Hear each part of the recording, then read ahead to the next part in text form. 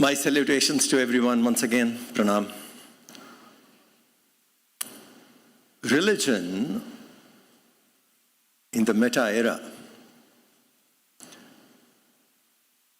Hinduism has no issues on it.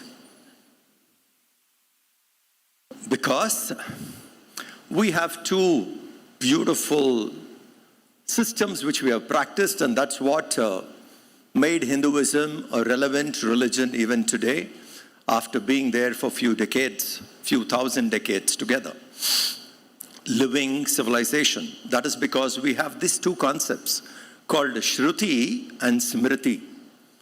Shruti is the eternal truth, which the rishis have heard in their meditation, in their silence, in their stillness, what was revealed to them, that is called Shruti.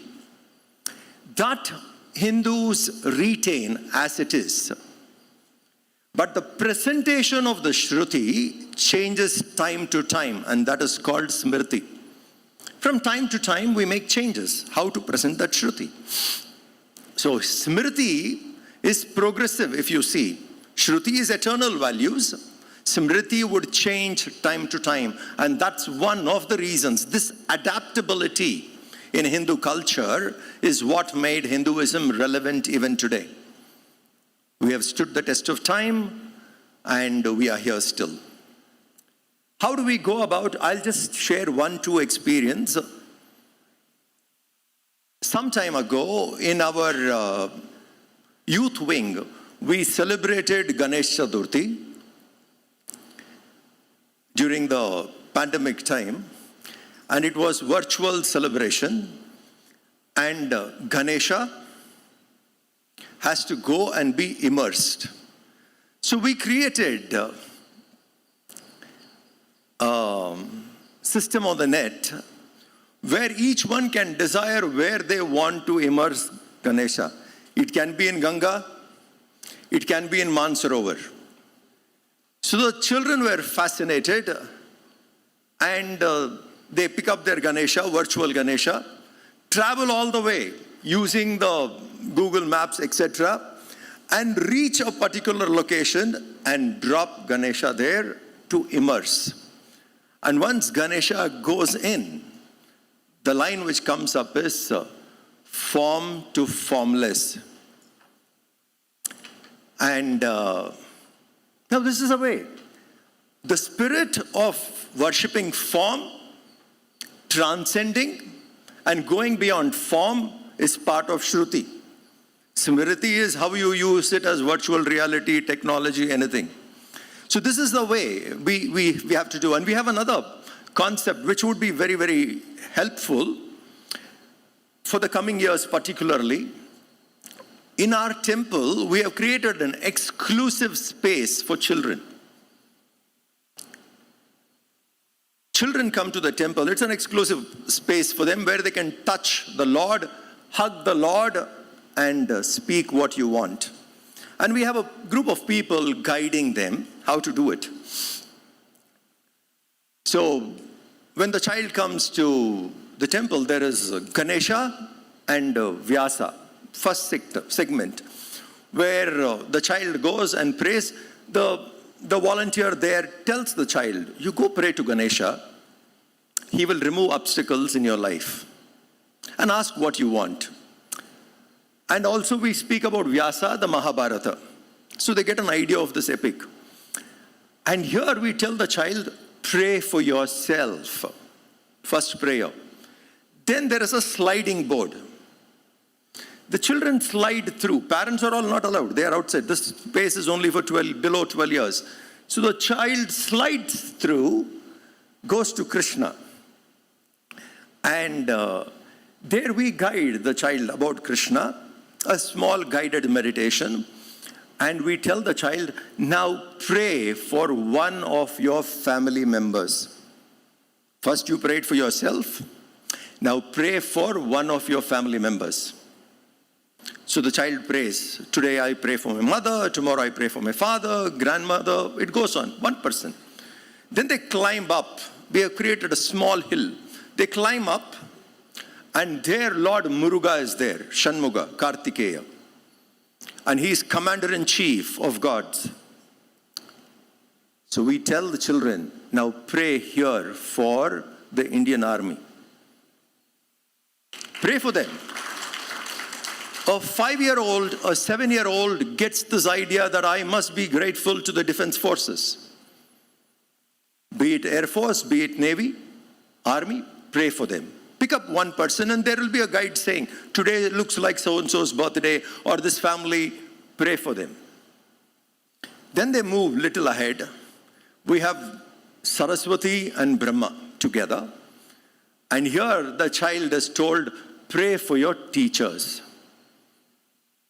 Somebody who has taught you when you were in kindergarten. And someone who has taught you anything. Someone who has taught you how to do cycling or how to swim. All the teachers who have influenced you on life, pick up one person and pray because you have to be grateful to them. The fourth prayer. And the fifth, they go to Lakshmi and Vishnu. We talk about the Trinity also. We tell them, what is Trinity in Hindu culture? And then we say, pray to Lakshmi and Vishnu for your relatives, because that was our strength. We were a joint family. When our schools, patashalas, gurukulas were all destroyed, Hindu culture still survived because we lived as a family together. That was the last defense we had. So there the knowledge was imparted and the parampara was kept on. So we say, now try at least. In your prayer, include your cousin, your aunt, someone, because that's our strength. Pray for your family members, your relatives, etc. The sixth prayer where Shiva and Parvati is there, and we tell them the significance of what is Shiva Parvati, and then we say, here you pray for the people who have served you. It could be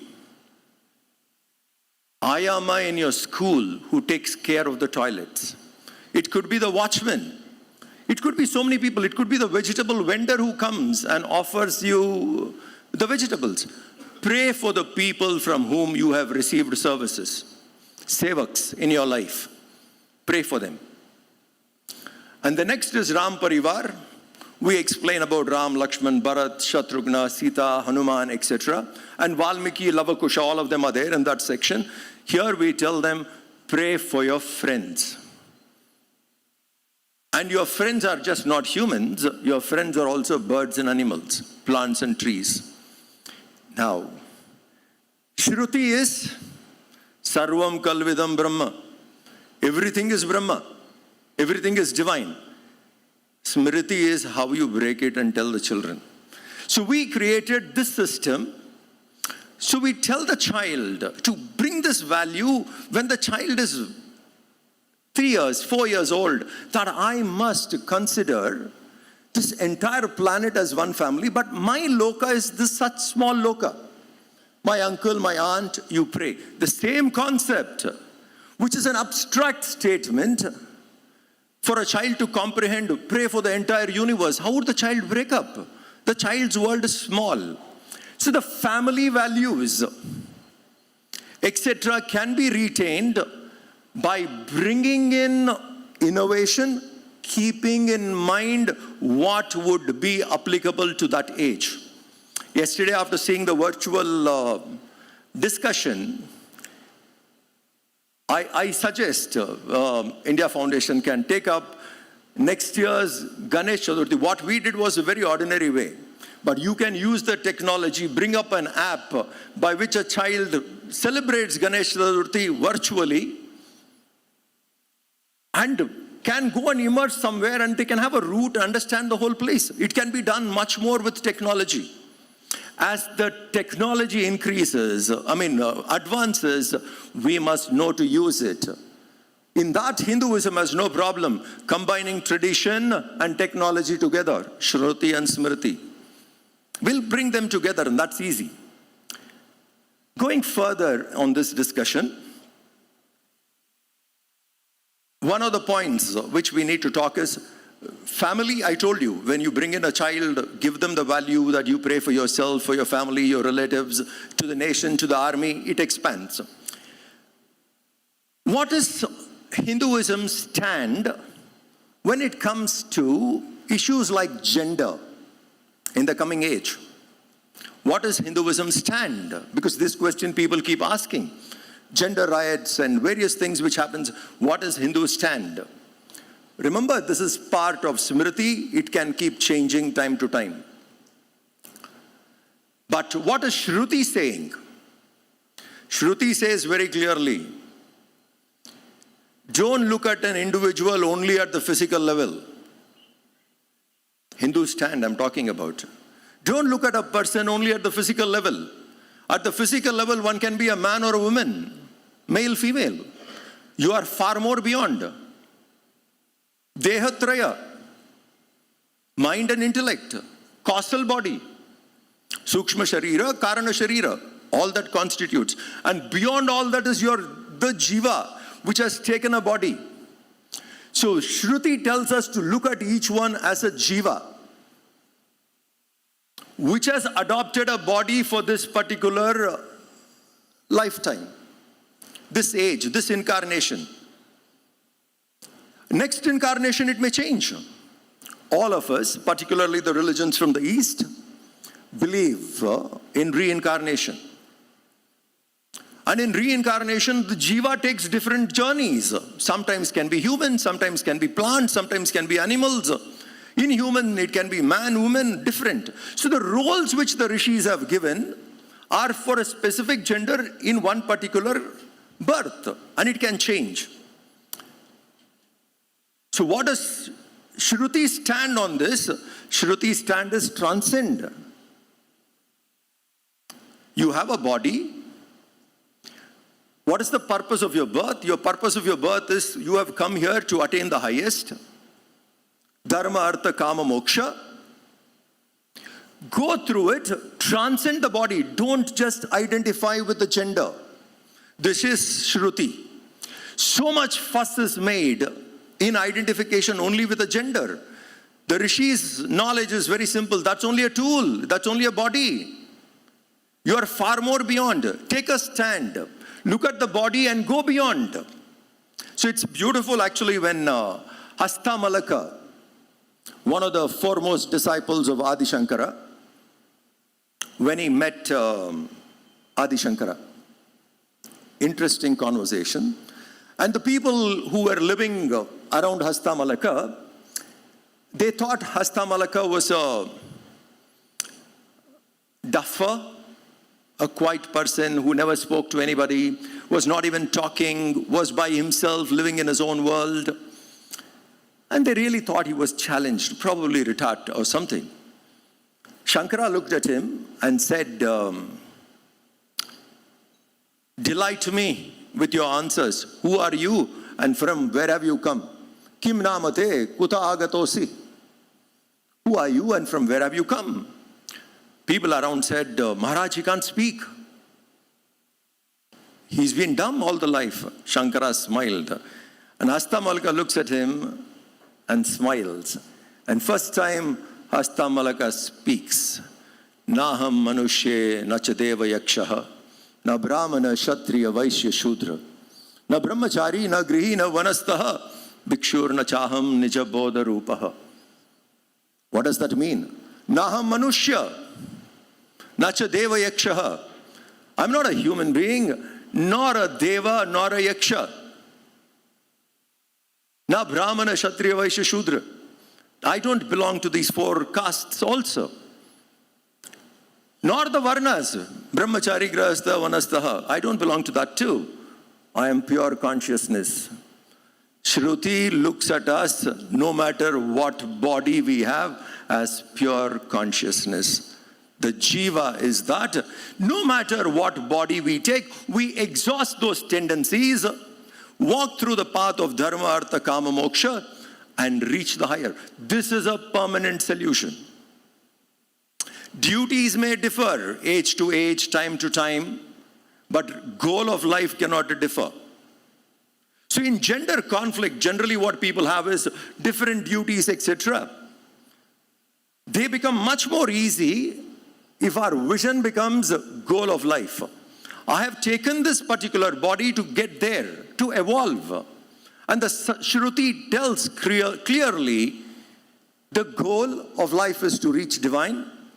Born human, by the time death happens, be divine. This is evolution. This is the goal. So, how does Shruti look at gender is very clear. It is a tool you have. Don't identify too much with it. There are layers far beyond that which is real you. Transcend to that. I think if this knowledge, the Shruti vision of human beings, if that can be brought down at the child level onwards, I think this much of confusion on gender, the rights, the duties, all that will come down. Because primarily we will understand our duty is to reach that. And that was what our civilization is. When we have moved far away, today it looks like a distant goal. But if we can re-educate, reboot the basics of Hindu structure into our schools, etc., these concepts, these ideas will drop. Because the higher the goal, the lower aspects are no more a trouble. When I do not have a higher goal, lower aspects of life, one aspect of life becomes an issue. Higher the goal, the small issues will drop off. So on gender, this is how the Shruti looks at. On family, we see the whole world as one family. Marriage, what does Hindu stand? Looks at it as an ashram, helping one another to evolve. So the goal should be the higher. Then, whether it is marriage, whether it is any gender issues, whether it is family, everything will fall in place. So in the coming age, meta era, use technology and keep Shruti intact. We as humans would evolve faster. Thank you very much.